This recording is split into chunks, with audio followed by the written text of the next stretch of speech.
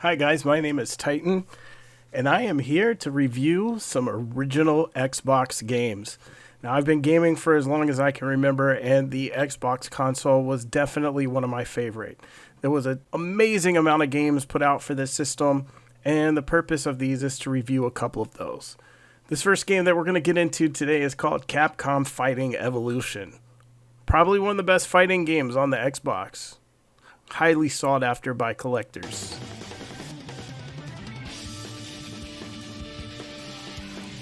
Now, I personally was not a fan of many fighting games. I remember back in the day when I got a Super Nintendo, Mortal Kombat 2.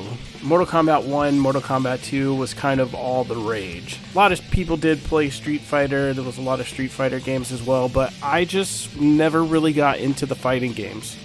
Plus, back then, you could just basically knock your opponent into a corner and not allow them to get back out and easily win. So little game-breaking things like that kept me from really being excited. But on the Xbox, this particular game, I was very interested in giving it a shot just because not only did it have a lot of the Street Fighter characters, but it also included characters from Darkstalkers and Red Earth. And Darkstalkers was a really good anime. I was kind of hoping they had Morrigan in here, but they didn't.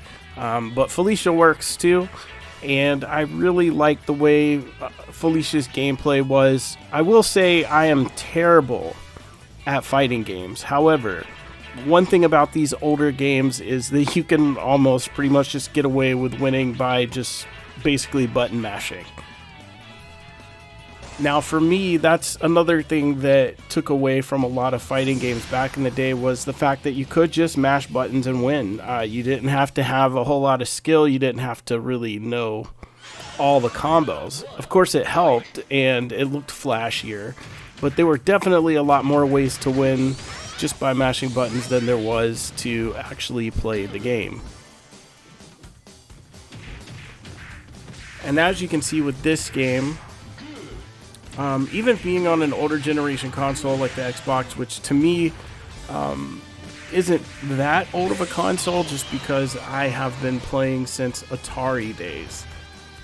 So the Xbox to me, when people say, oh, the original Xbox is a retro console, it still kind of doesn't sit well with me. I do understand that it's a retro console at this point though. But even for a console this old, I thought the graphics looked great. The gameplay was decent. The buttons felt tight. It was very responsive. This was a beautiful port of an arcade game, an arcade style beat 'em up. And if I was into these kind of games, I would probably play this more than once. But I'm really never played it before, and I'm just now playing it just for this actual video. Over the course of the years, I've actually seen people talk about how much they enjoy playing these kind of games, and I know there are a lot of people who are super competitive with these games as well. I just was never one of them. I'm just not a big fighting game person. But once in a while, a fighting game comes in that I just have to try out regardless. But I'll let you guys check out a little bit of this. I actually purchased the Pound cable from Pound Technologies, which is a HDMI converter for the original Xbox. I've got that running through my Gato HD60S, which is the USB 3.0 version of the capture card. And overall, I'm very happy with that. It has brought back to life me playing a lot of my original Xbox games. I will say I was a little bit on the disappointed side because I figured that pretty much any game that you would be outputting would be reading as 1080, which would help with some of the resolution issues, but unfortunately that is not the case. If the game did not support 1080, and most of them did not, there are very few games, and I mean less than 10 games, on the original Xbox that supported 1080, and at that it was 1080i, so it was basically 540 doubled into interlaced. Some games did support 720. There's a handful of those, maybe 30-40 games total that supported quote-unquote HD.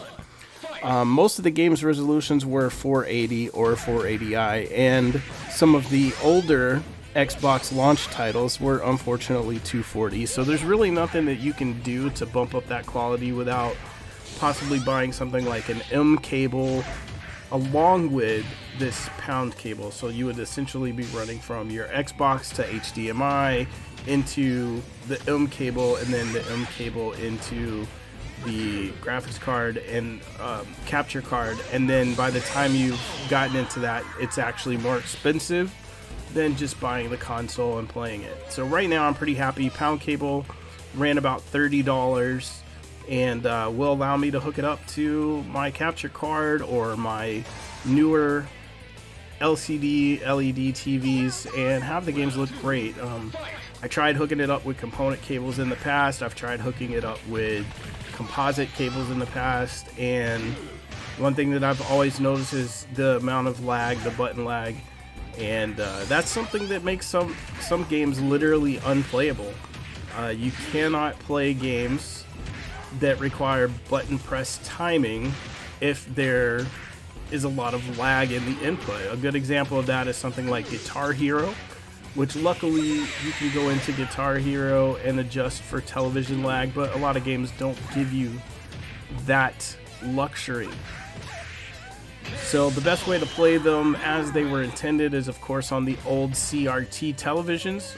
The next best solution is to grab you one of these Pound cables and hook this up through HDMI. Other than that, the games, like I said, they look fantastic. You can play them. They are playable. For me, this was an investment purchase for streaming and content creation. So hopefully I will have some great videos for you guys to watch. Be sure to keep an eye out for those coming up, and make sure you like, subscribe, follow, and all that to get the notifications. And I look forward to bringing you guys some more content. So thanks for checking out the video, and we'll see you again soon.